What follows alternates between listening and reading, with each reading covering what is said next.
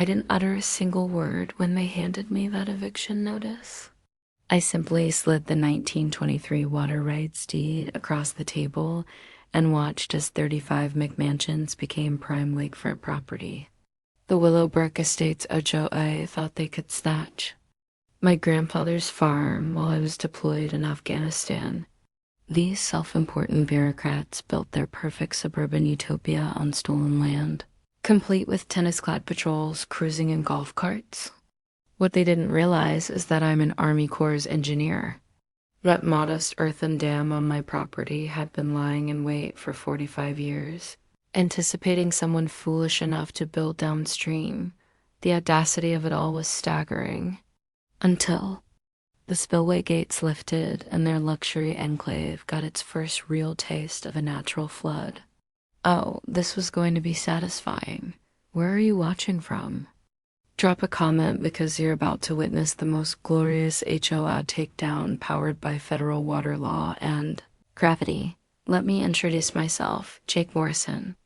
I'm 34, an Army Corps of Engineers officer, and the third-generation owner of 47 acres of prime Texas land just outside Austin.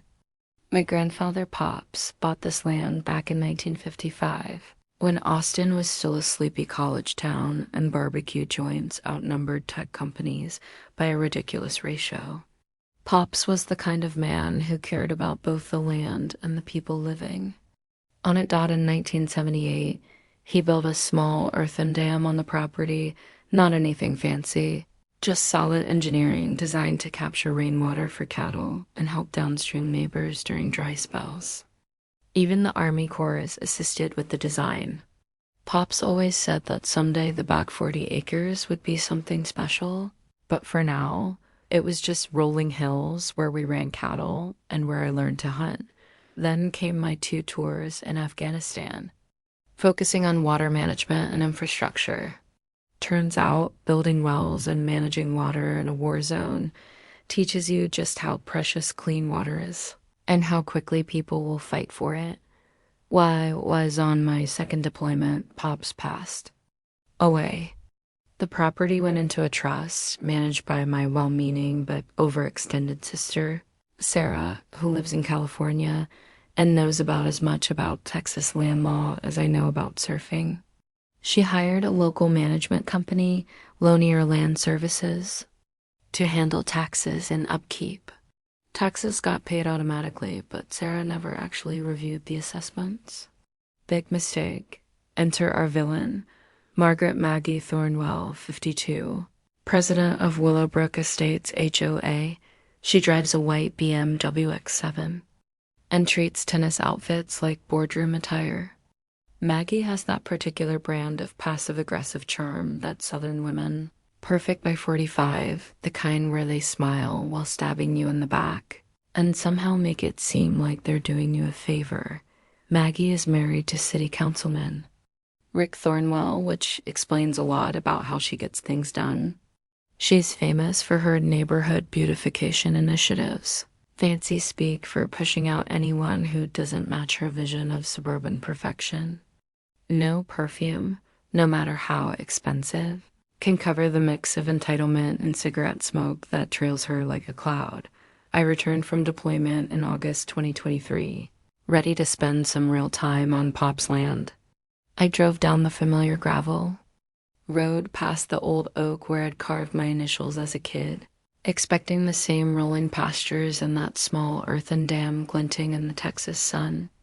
Instead, I was met with construction crews, concrete mixers, and survey stakes scattered across my back 40 like a suburban invasion. The gravel crunched differently under my boots and greer. Dust and fury filled my mouth as I approached the foreman.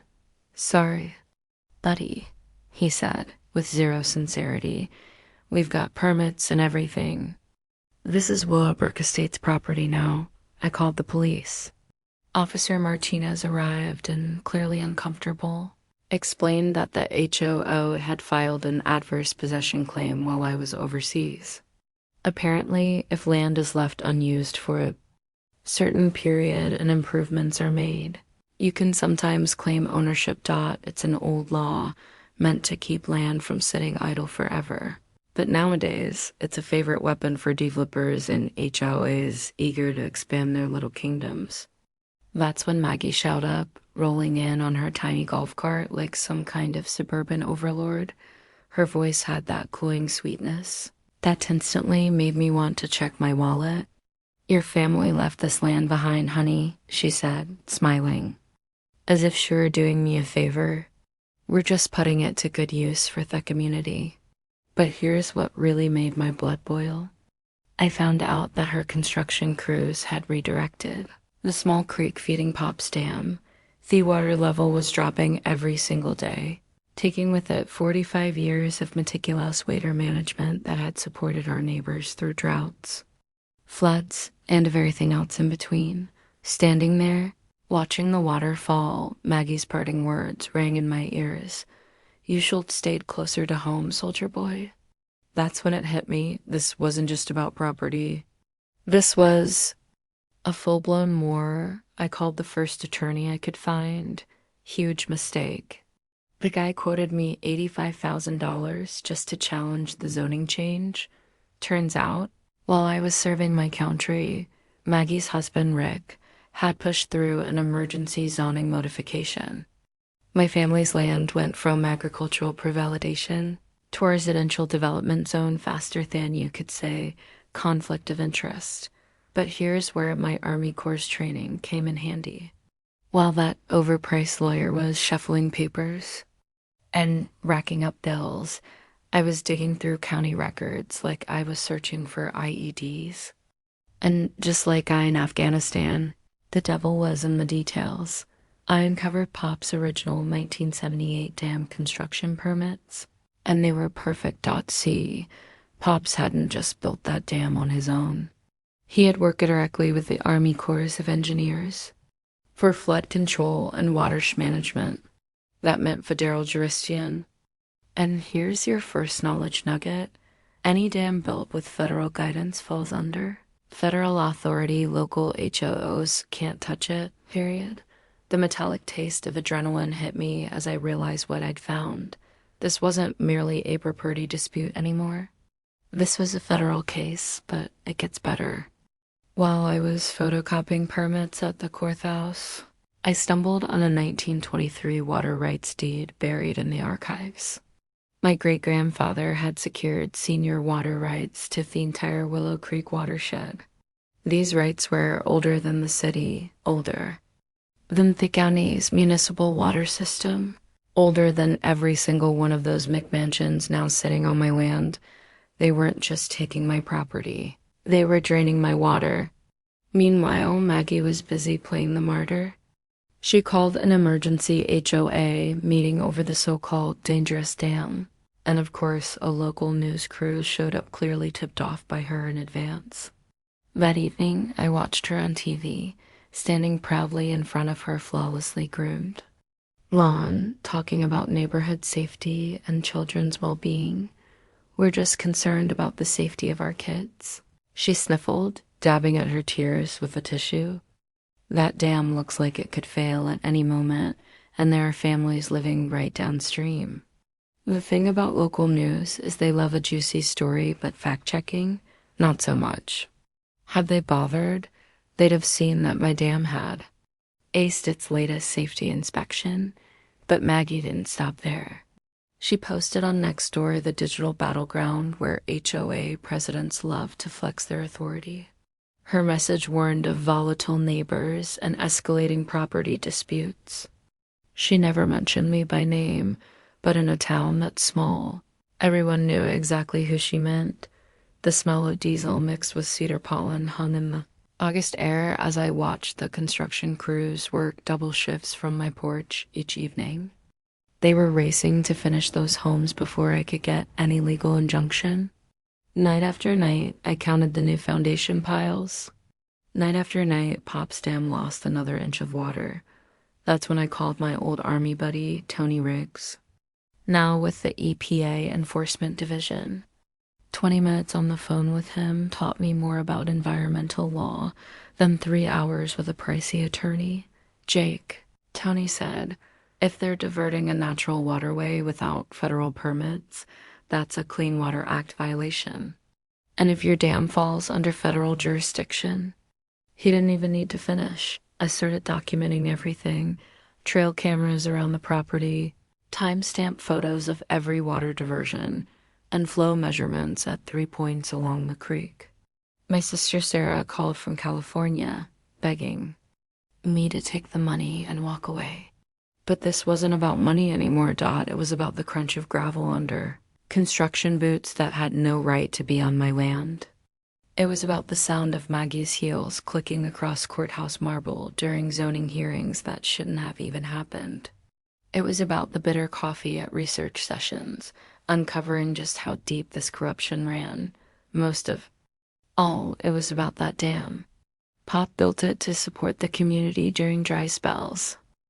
For 45 years, it had been the lifeline for our neighbors downstream. And now Maggie's crew was transforming it into a fancy pond for their McMansion developments. Here's the thing about water rights in Texas. They predate oil rights, predate mineral rights, and they're a hell of a lot tougher to grab. But you need to know how to defend them. Watching another concrete truck thunder past my kitchen window, it hit me. This fight wasn't going to be settled in some courtroom with pricey lawyers and stacks of legal briefs. This battle was going to be won with engineering. Maggie decided to escalate. She rolled out what she dubbed a neighborhood safety patrol, 3 HOA board members in matching polos who parked at my driveway, like a suburban security checkpoint. They snapped photos of every visitor, logged license plates, and reported any suspicious activity to the sheriff. The harassment was classic intimidation. Complaints about loud music when I ran the radio while working the farm. Citations for structures that had been part of my perfectly fine farmhouse since 1962. Alleged environmental hazards and bogus septic system reports, even though inspections had cleared it just 6 months prior. The real low blow came when Rick used his city council clout to trigger a wellness check on me through veteran services. Suddenly, I was a supposedly troubled veteran struggling with reintegration. The social worker who showed up was polite but meticulous, checking every box while Maggie cruised nearby in her golf cart. Supervising like a drill sergeant, that's when the coordinated bureaucratic assault kicked into high gear. Building inspectors, fire marshals, health officials, and animal control all descended on the same day like a regulatory SWAT team. Each one found minor infractions that required costly fixes. The building inspector, apparently a drinking buddy of Rick's, claimed my front porch needed $8,000 worth of foundation work. I recognized the tactic immediately.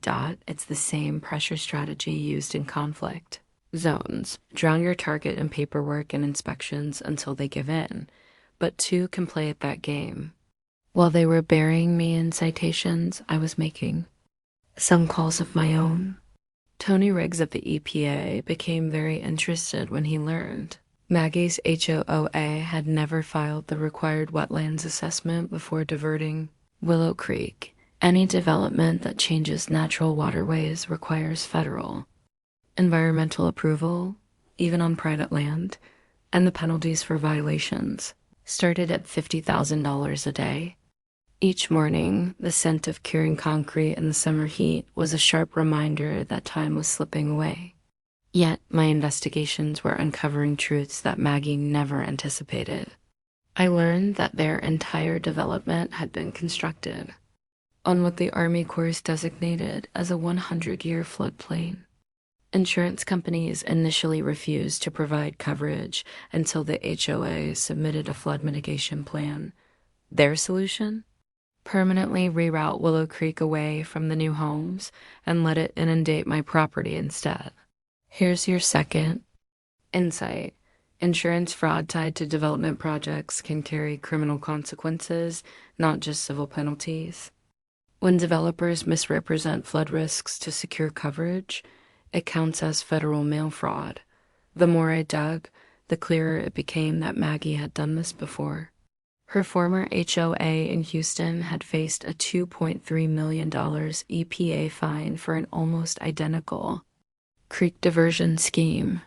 She had skipped town just ahead of federal prosecutors and resurfaced in Austin, scouting new targets.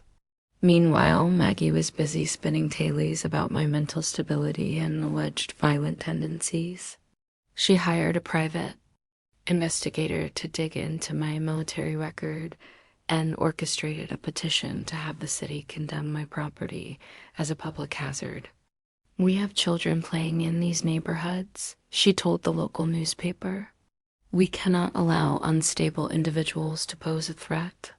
But while she played the victim, I was quietly building support. I connected with other HOA victims online and uncovered a pattern. Maggie's HOA had absorbed 6 smaller properties over the past 3 years using the same playbook. Each time, the story repeated pressure, intimidation, endless bureaucratic hurdles, and suspicious zoning changes that always benefited Rick's construction firm. I teamed up with my elderly neighbor, Mrs. Chun, whose family garden had withered since the creek was diverted. I met Miguel Santos, whose farm had been erased from the zoning map by Rick Thornwell 2 years prior. These were not isolated incidents. They were part of a long-running systematic land grab, the rumble of heavy machinery shaking my farmhouse floorboards became a constant reminder of what I was up against. Each morning, concrete trucks rolled past my kitchen window. Each evening, I meticulously recorded the water theft that was gradually destroying Pop's Dam, but I wasn't just waiting around, I was taking action. I installed water flow meters at the dam outlet and at every creek diversion point. I calculated the exact amount of water being siphoned off 1,200 gallons a day, equating to $47,000 a year in agricultural water rights. Running my fingers through the gritty creek bed sand told the story more vividly than any attorney ever could. This wasn't merely theft. This was large-scale environmental destruction. Then came the certified letter. The city was planning to seize my property through eminent domain, citing public safety concerns. The hearing was set in just 2 weeks. Maggie's quote in the newspaper made her game plan crystal clear. "Sometimes you have to protect the community from itself." Standing at my bedroom window that night, watching storm clouds gather on the horizon, I realized something important. Those weren't just storm clouds, they were opportunity. Maggie had gone nuclear.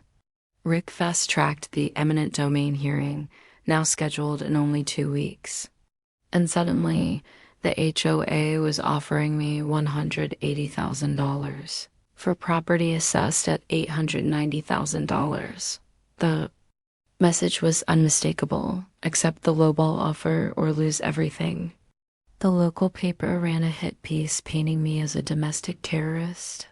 "Troubled Veteran Blocks Community Progress" was the headline, complete with a photo that made my farmhouse look like a crack house and me look like I hadn't slept in weeks. But Maggie's masterstroke was the photo op. She staged it perfectly.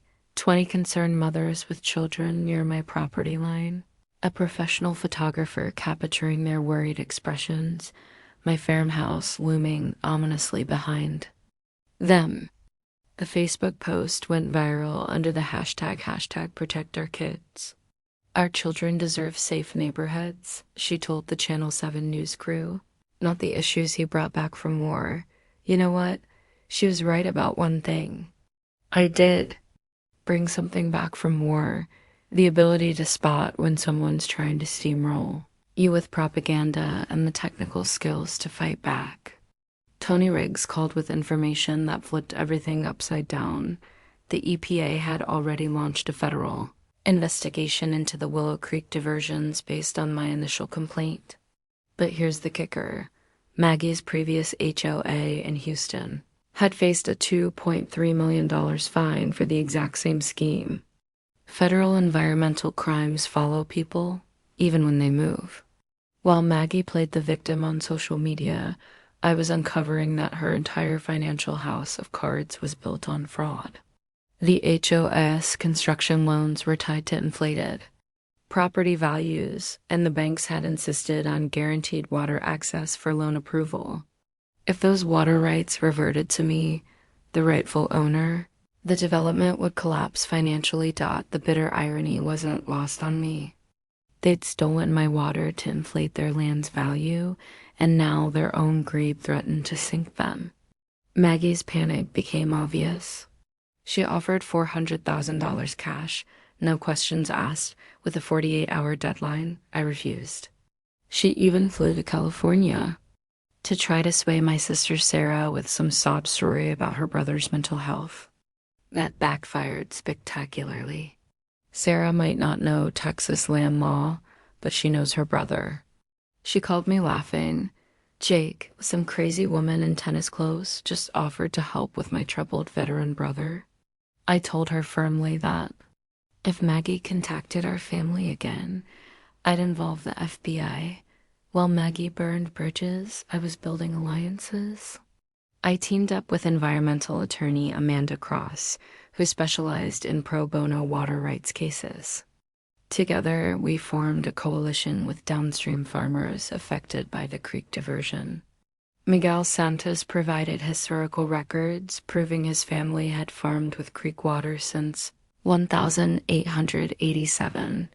Mrs. Chun brought photos of her grandfather's garden from the 1940s, nurtured by the same creek that now fueled Maggie's decorative water features. The local Audubon Society was particularly concerned that the creek diversion had destroyed vital nesting habitats for several protected bird species.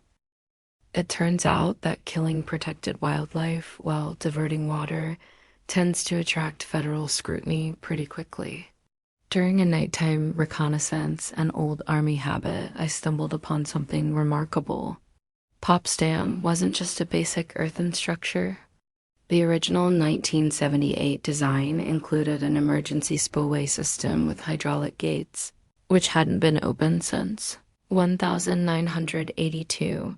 The hollow echo of water flowing through those subterranean spillway channels during my midnight test told me everything I needed to know. The mechanism still worked, and it was built for exactly this kind of scenario. Controlled flooding to restore natural water patterns. I calculated the precise water volume needed to return Willow Creek to its original course, 2.8 million gallons. At the moment, the dam held 3.1 million gallons, thanks to recent rainfall. The numbers were perfect, but timing would be everything. Using my drone for aerial reconnaissance, I mapped the locations of the new home foundations relative to the original creek bed. 5 houses had been built right in the historical flood channel. 3 others had basements below the seasonal high watermark. Here's the brilliant part. The construction crews had added decorative creek beds with concrete and ornamental stones. They looked nice, but they weren't engineered to handle real water flow. Meanwhile, my spillway system had been designed by the Army Corps specifically for flood management. Then Maggie made her fatal error. Her team began installing permanent concrete barriers to completely block the original creek bed. Doing so would render my spillway system useless and permanently devastate the downstream ecosystem. But it also gave me the perfect rationale for my next move. The Weather Service forecasted heavy September rains, ideal seasonal cover for emergency dam maintenance. Standing at the spillway controls at sunset, reading Pop's journal entry about helping neighbors during droughts, the decision became crystal clear. It was time to open the gates. While digging through dusty courthouse records for the 3rd time that week, I unearthed a misfiled document that changed everything. Buried beneath a stack of 1979 tax assessments was the original agricultural flood management covenant from Pop's Dam construction. The wording was elegant in its simplicity. Dam operators shall maintain natural seasonal flow patterns to preserve downstream agricultural water rights in perpetuity. This wasn't just permission, it was a legal obligation. one that overrode any HOA agreements or city ordinances. But Amanda Cross's investigation uncovered something even more incriminating. The HOA's insurance applications were riddled with outright lies. They had claimed no seasonal flood risk and falsely asserted permanent creek diversion approval by all agencies to secure $47 million in coverage. Here's your next nugget of knowledge. Insurance fraud in development projects can carry criminal penalties, not just civil ones.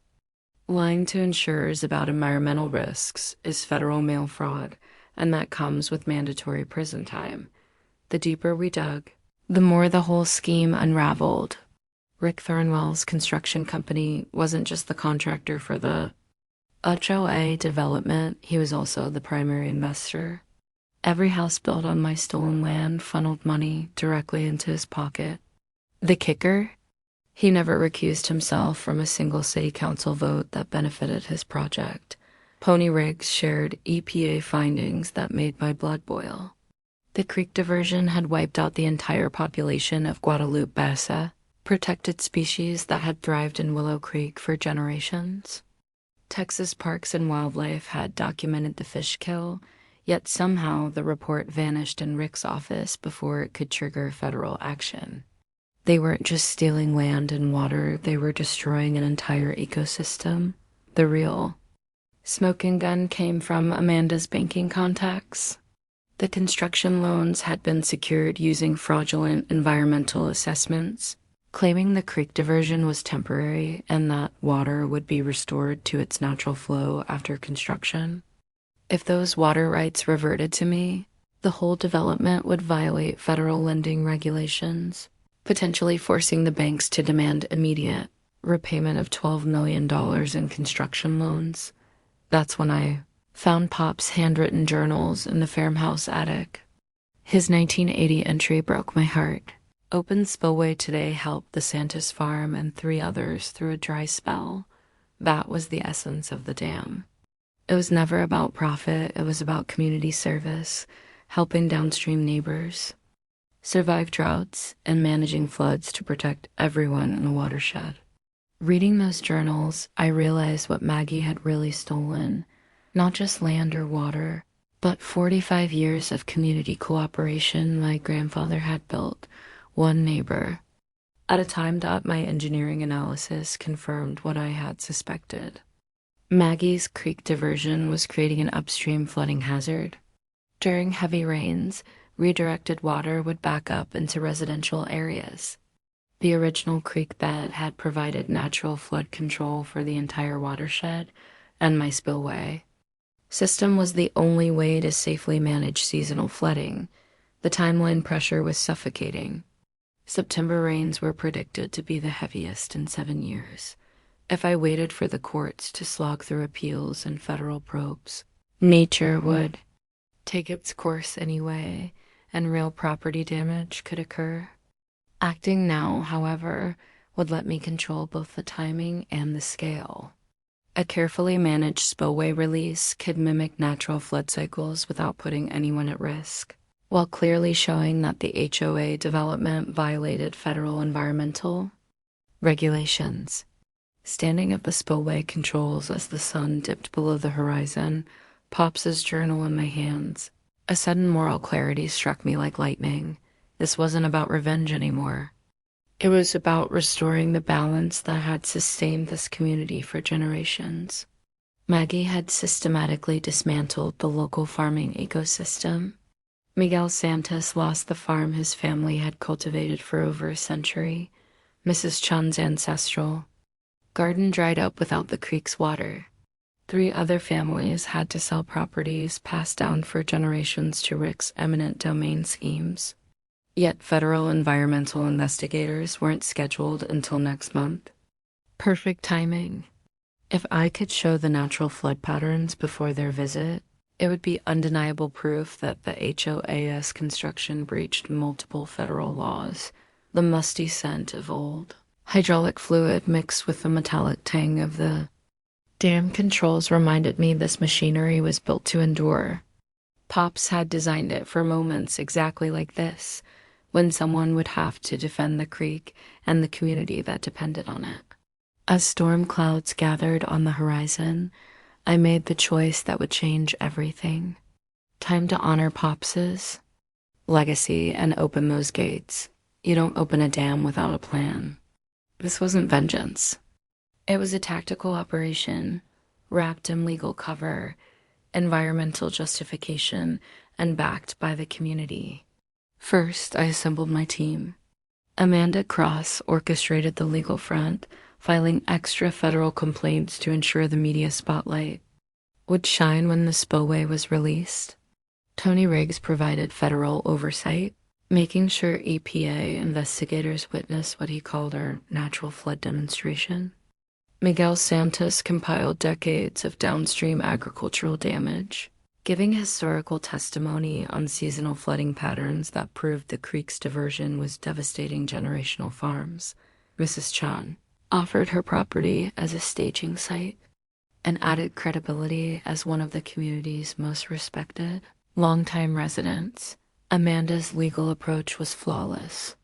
She submitted an emergency motion to restore agricultural water rights, arguing that the dam covenant legally required seasonal flooding to protect downstream farming. We weren't breaking the law, we were enforcing it. Here's an important insight. Agricultural water rights can outweigh residential development rights, especially when backed by historical records showing prior use. The key is having airtight documentation that predates any construction claims. On the technical side, my preparations followed pure Army Corps' engineering principles.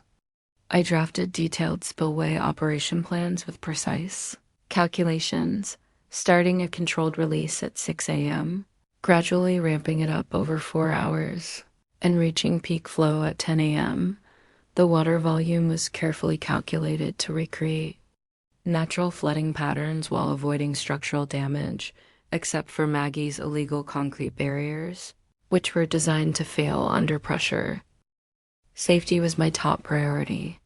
I put up warning signs a full 24 hours ahead and personally informed the volunteer fire department.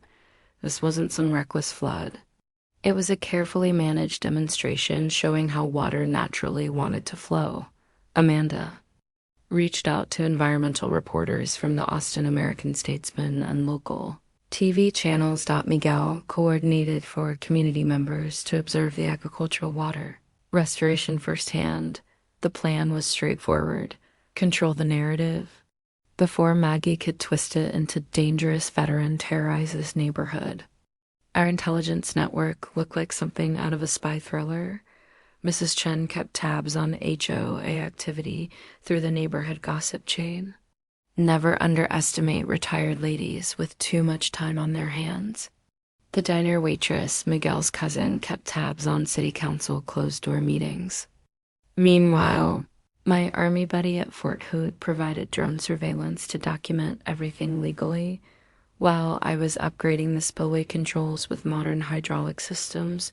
Amanda launched a financial offensive. She contacted insurance companies with proof of fraudulent applications, pushed banking regulators to scrutinize construction loan documents, and prepared whistleblower reports exposing Rick's conflicts of interest. The genius was in the timing. The Weather Service forecasted heavy rains within 72 hours. Amanda scheduled a federal environmental inspection for that same week.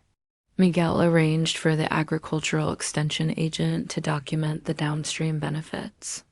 It was a perfect alignment.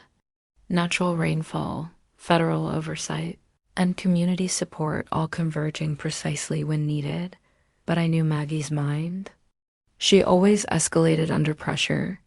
I anticipated her moves: emergency HOA meetings, media smear campaigns, maybe even a restraining order through her corrupt judge friend. Amanda prepared preemptive legal responses for every predictable attack. Preserving evidence was critical. I compiled detailed photos of the creek diversion, recorded video testimony from affected farmers and neighbors, and collected historical photos showing the original creek bed and seasonal flooding patterns. Amanda secured all of it in federal court filings for legal protection.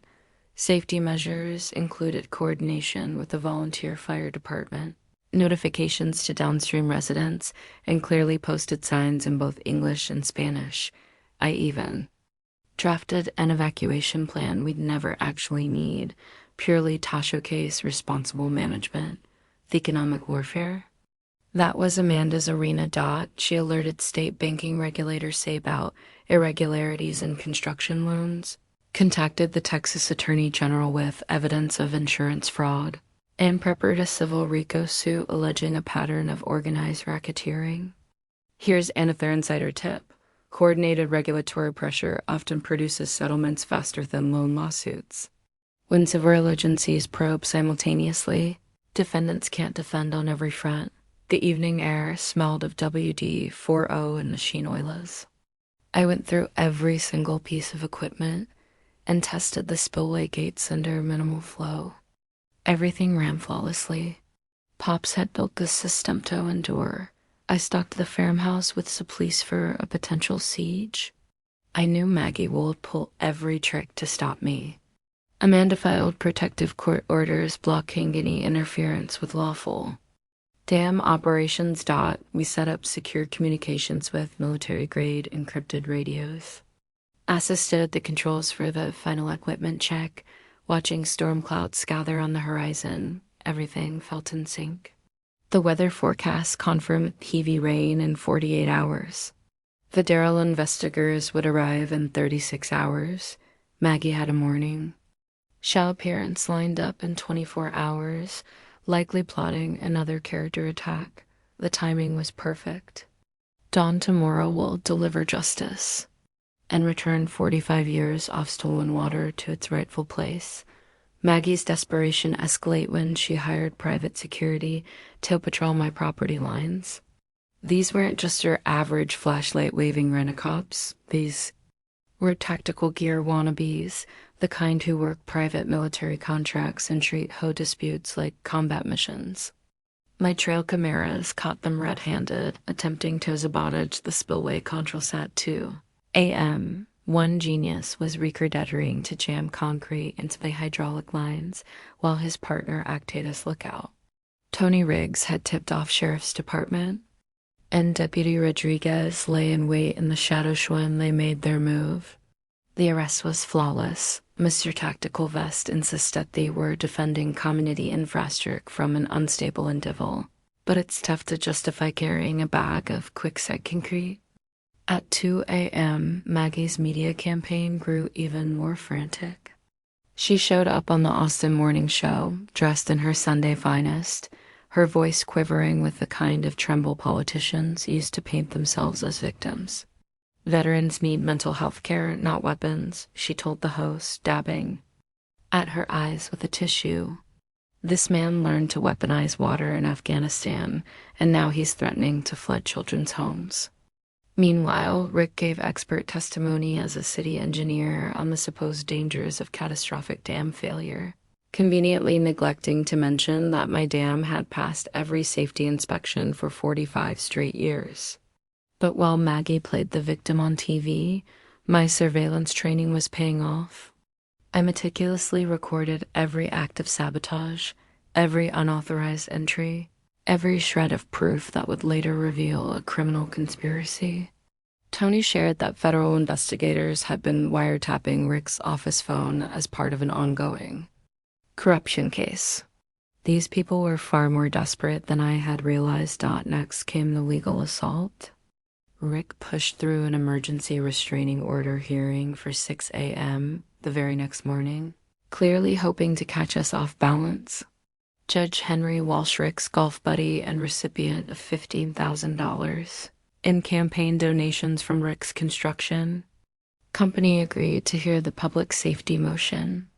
Amanda discovered the connection and immediately filed for Walsh's recusal, but we knew the outcome had been predetermined. If they couldn't block the spillway opening through legal channels, they'd do it via a corrupt judge. Meanwhile, Maggie organized a neighborhood safety patrol to physically surround my property. 20 HOA residents arrived with folding chairs, coolers, and protect their kids signs, intending to live stream the spillway opening as an act of environmental alarmism. The imagery played perfectly into her narrative: suburban families versus a dangerous veteran with a dam. But Miguel Santos had been mobilizing as well. He brought 30 farmers and families to support what we called agricultural water restoration. Mrs. Chan coordinated a counter demonstration, displaying historical photos of the creek in its natural state. Amanda ensured representatives from the Audubon Society and Sierra Club would be present. Two clashing narratives were about to collide: the veteran as villain versus the community defending its water rights. The technical sabotage intensified when security cameras captured someone dumping concrete mix into the spillway channel overnight, deliberately creating a blockage meant to trigger real flooding if I opened the gates. This wasn't mere harassment. It was attempted murder cloaked as vandalism. I spent the night working with a portable jackhammer, breaking through the obstruction and meticulously documenting every chunk of concrete as evidence. The metallic tang of exhaustion mingled with rage as they grasped the lengths they were willing to go. Rick invoked his city council emergency powers to label my property an imminent public hazard, granting the fire department authority to secure the dangerous dam structure. Fire Chief Martinez, one of the few remaining honest officials in town, privately warned me this was purely political. "Jake, you've got maybe 6 hours before they force my hand," he said. "Make it count." The insurance investigation breakthrough arrived at exactly the right time. Amanda's fraud reports sparked a state investigation, and the Texas Insurance Commission froze all HOA development policies. Without valid insurance, the construction company faced an immediate work halt. Finally, financial pressure was hitting. Maggie and Rick were at hurt. Meanwhile, Tony moved the EPA inspection forward by 24 hours after receiving credible sabotage reports. Federal agents were en route, scheduled to arrive at 8 a.m. If the spillway opened during their inspection, it would provide irrefutable federal evidence of proper water management. But Maggie's final maneuver was the cruelest. She contacted Veterans Mental Health Services, claiming I had made suicidal threats and needed an involuntary psychiatric hold. The VA social worker arrived at my farmhouse at 5:30 a.m., just as I was prepping for the spillway operation. I had to prove my mental competence while simultaneously preparing to flood a subdivision. Not exactly the typical Tuesday morning conversation. Sarah called from California, her voice trembling. "I can't lose my brother, too. Please, Jake. This isn't what Pops would want." For a moment, I almost wavered. Then I found Pops's final journal entry about standing up to bullies, and my resolve hardened like poured concrete.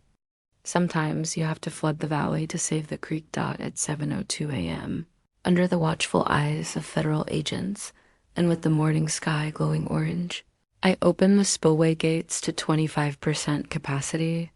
The sound was magnificent, not a violent roar of destruction, but the soft murmur of water returning home. For the first time in 18 months, Willow Creek flowed along its original bed, exactly where nature had intended. Miguel Santos knelt beside the restored creek, cupping the clear water in his weathered hands, tears streaming down his face. "This is the water that fed my grandfather's farm for 60 years, he whispered. Maggie's reaction was immediate and predictable. She screamed at the federal agents, demanding they arrest the terrorist, her polished morning show composure peeling away like old paint. EPA agent Sarah Kim replied calmly, "Ma'am, this gentleman has the legal authority to manage his agricultural flood control system." But Maggie was already live on Facebook, her voice teetering on hysteria. "He's flooding our kids' homes. This is what happens when unstable veterans are allowed to have weapons." Except there was no flooding. The water was following the original. creek bed, precisely where it was meant to go land her development had illegally obstructed. News helicopters hovered above, streaming the spillway operation live. The Austin American-Statesman reporter interviewed downstream farmers about their restored water access when Maggie tried to hijack the story.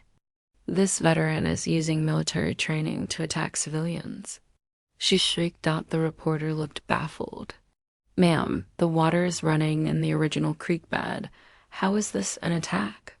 It was as if Maggie's narrative was unraveling in real time. Meanwhile, Rick frantically called Judge Walsh, yelling about property values and campaign donations. That psycho is destroying millions in property value. He barked. Seemingly unaware, Amanda was recording the call from the courthouse steps. Here's a little legal insight. Texas is a one-party consent state, meaning you only need one participant's permission to record a call, and that participant can be you. The engineering validation was flawless. Agent Kim measured the water flow and confirmed it perfectly matched historical seasonal patterns. Tony Riggs documented everything, showing how the creek naturally flowed before the 2022 diversion. Federal agencies prioritize restoring natural water flows over development convenience, and we were demonstrating that principle live. Mrs. Chun's garden irrigation finally ran after 18 months. 3 downstream farms reported their stock ponds refilled. The local diner owner brought coffee and homemade calicus for everyone, saying, "My dad farmed here. This is how it's supposed to be." Even some of Maggie's supporters quietly drifted away as they realized no homes were flooded. It's hard to sustain righteous outrage when the disaster you're protesting is simply water flowing where it belongs. The insurance collapse escalated when state investigators issued a cease and desist order to the construction company. All work on the HOA development halted pending a fraud investigation. Maggie learned her own homeowner's insurance could be voided due to her fraudulent water claims. The financial house of cards was tumbling faster than a dam made of playing cards. But Maggie wasn't done. She picked up the phone and called Rick in a panic. "Get your trucks down here and block that spillway." Rick, apparently having learned nothing from his security team's earlier arrest, dispatched 3 concrete trucks to accidentally dump their loads across the creek bed. Federal agents were quick to move, immediately arresting the drivers for obstructing a federal environmental investigation. As it turns out, tampering with federal environmental enforcement is a felony, not a minor civil violation. The operation's technical outcome matched my calculations perfectly. Water flow settled at ideal levels for both agricultural use and environmental preservation. No residential areas flooded. The creek remained comfortably within its natural banks, exactly as decades of seasonal data had predicted. My Army Corps' engineering had executed flawlessly. The political backlash was instant. City Councilman Martinez showed up and publicly demanded Rick's immediate resignation. "This corruption has made our city a joke," he told the assembled media. "You're finished." Federal investigators expanded their case, bringing in RICO charges for organized land fraud. Later, Tony said, "This is the smoking gun we needed to secure a criminal prosecution." But the most satisfying moment came when Maggie realized her $2.3 million investment had collapsed without the fraudulent water access. She screamed at me across the creek, "You've ruined everything. 35 families. I replied calmly, clearly enough for every camera to catch, "No, ma'am. I restored everything. Your families can now purchase water rights legally, just like everyone else." Maggie stormed off, threatening federal lawsuits that would never come to pass. As Miguel's extended family arrived, bearing homemade tamales and cold beer, and Mrs. Chun performed a traditional Chinese tea ceremony to bless the creek's restoration, a realization hit me. This was never about revenge. It was about community. Pop and the kind neighbors had built it one person at a time. One drought at a time, one generous act at a time, the media narrative shifted completely. Environmental groups praised the spillway intervention as a benchmark for ecosystem restoration. What had started as a veteran floods neighborhood story evolved into a tale of a community reclaiming stolen water. Sometimes truth flows as naturally as water returning home. Judge Walsh's courtroom at 2 p.m. was packed like sardines. Media crews, farmers, HOA residents, and federal agents filled every seat, with overflow crowds pressed against the windows. The tension in the air was palpable. This wasn't just a court hearing, it was a reckoning for the community. Maggie arrived with an army, a three-piece legal team, high-powered Houston attorneys, expert witnesses, and enough firepower to challenge. A small government? She traded her tennis gear for a conservative black dress and pearls, playing the part of the concerned community leader protecting innocent families. I arrived with Amanda in a simple button-down and Pop's old cowboy hat. Sometimes comfort in your own skin is the strongest armor. The courtroom gallery was split like a wedding gone wrong. HOA supporters on the left clutched "Protect Our Kids" signs, while the community on the right stood weathered but resolute, hands worn and faces determined. Maggie's lawyer opened with a theatrical flourish, displaying photos of muddy construction sites and claiming $2.7 million in flood damage from my spillway operation. They brought in a psychiatrist who had never met me but was eager to diagnose. Combat revenge fantasies based solely on newspaper articles. "Your Honor," the attorney proclaimed, gesturing toward me as if I were a war criminal. "This troubled veteran is using military engineering expertise to terrorize innocent families. He has turned water into a weapon of mass destruction." The courtroom buzzed with murmurs until Amanda rose to present our defense. She introduced the 1978 Agricultural Flood Management Covenant, which legally mandated seasonal flooding. EPA Agent Kim took the stand, confirming that my spillway operation restored natural water flow patterns without causing any real property damage. Historical photos demonstrated that current water levels match 6 decades of natural seasonal variation. Here's the key takeaway. Legal water rights always outweigh recent development claims, especially when federal environmental agencies support your position. Next, Tony Riggs, an EPA enforcement officer, testified in his account. Was devastating. The HOA development had violated 3 separate federal environmental laws, engaged in systematic insurance fraud, and destroyed protected wildlife habitat. Judge Walsh shifted uncomfortably as federal crimes were detailed in his courtroom. You could practically see him weighing whether his loyalty to Rick was worth the risk of federal obstruction of justice charges.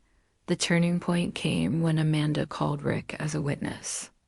Under oath, he admitted to fast-tracking zoning changes while I was deployed overseas and disclosed his financial stake in the construction company. When Amanda played the recorded phone conversation about sabotaging property values, Rick erupted.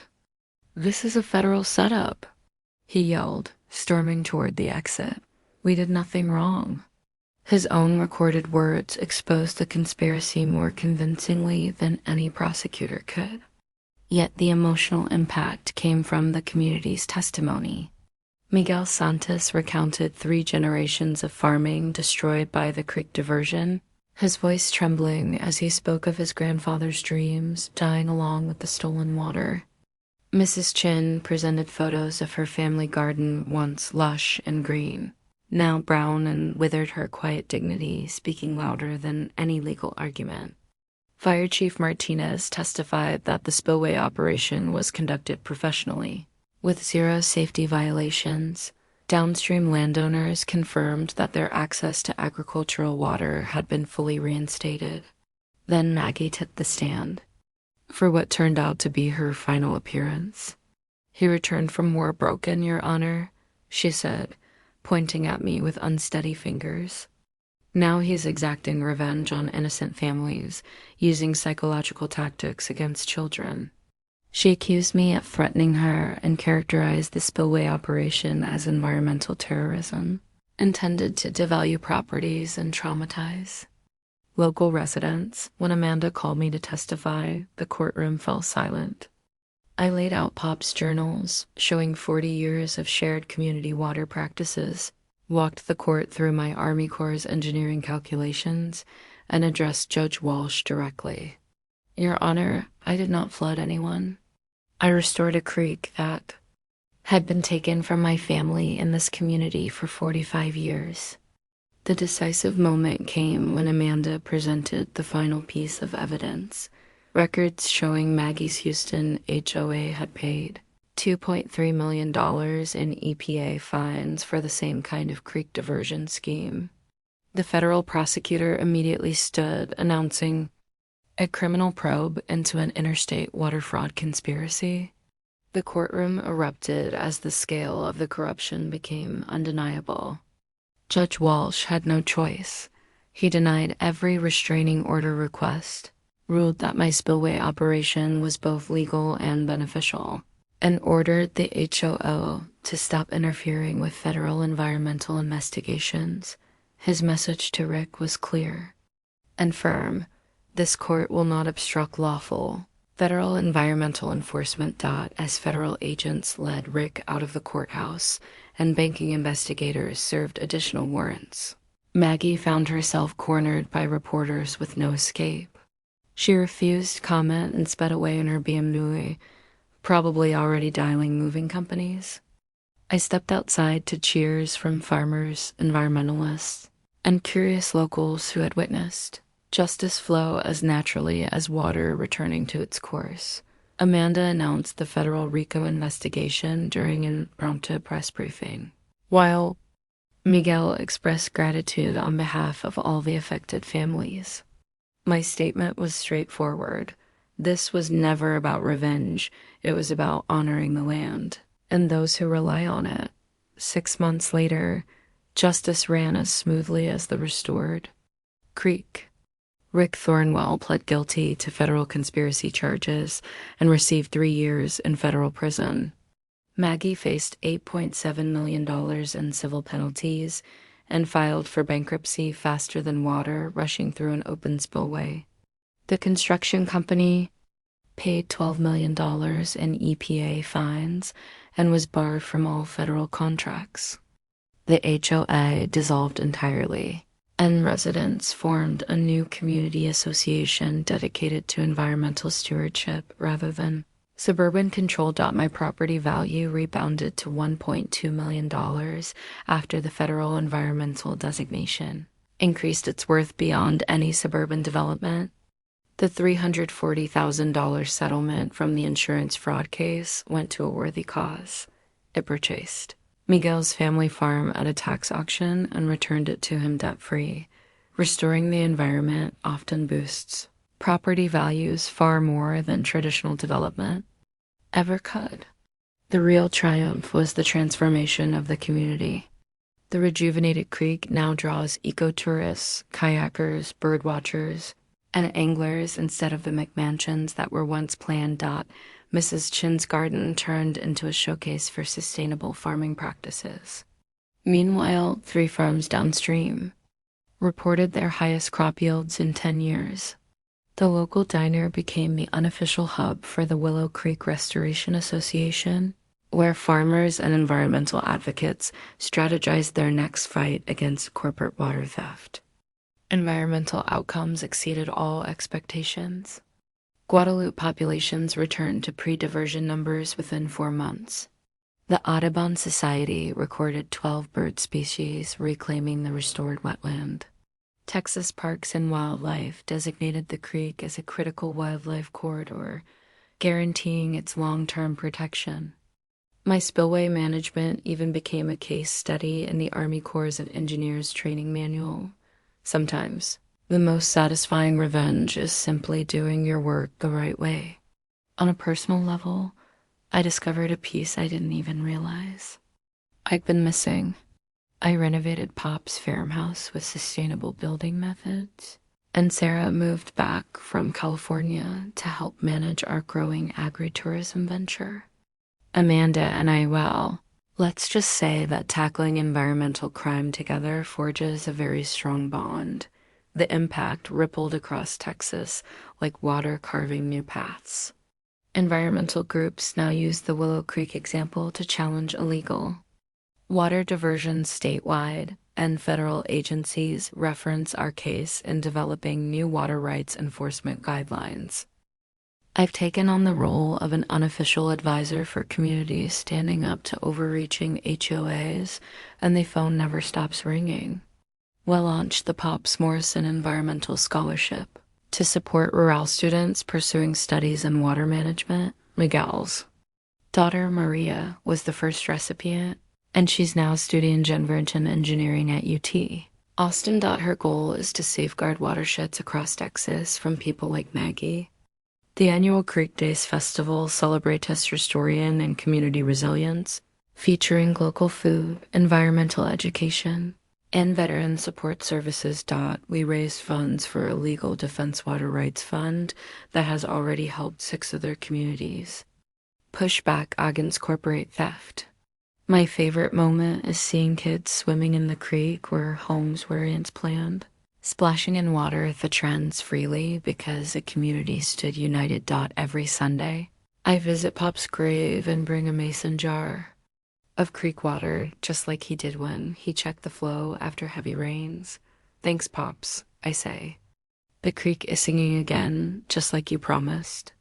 The Legacy Project ensures that this victory is permanent. The Willow Creek Conservation Trust now holds the development rights for the entire watershed, creating a lasting buffer that blocks future commercial projects. No one will ever take this water again. But here's the beautiful twist.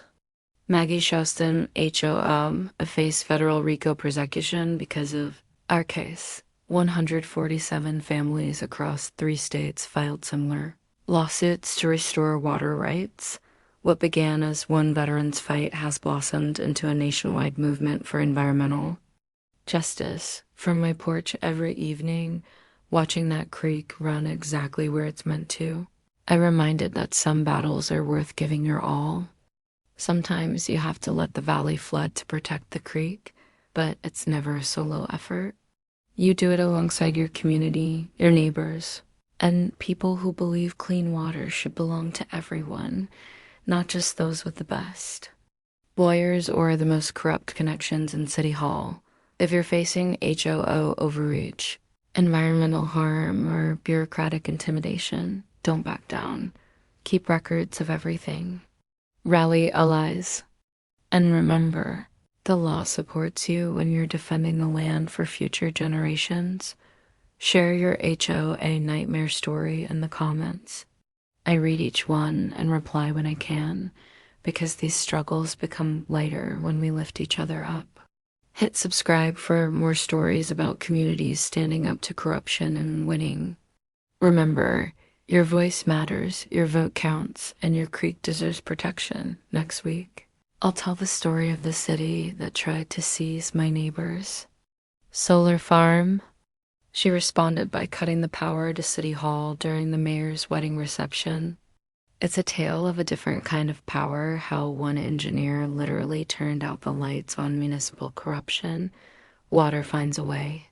Justice finds a way. And communities that fight together win together. Willow Creek flows free, folks. And it always will.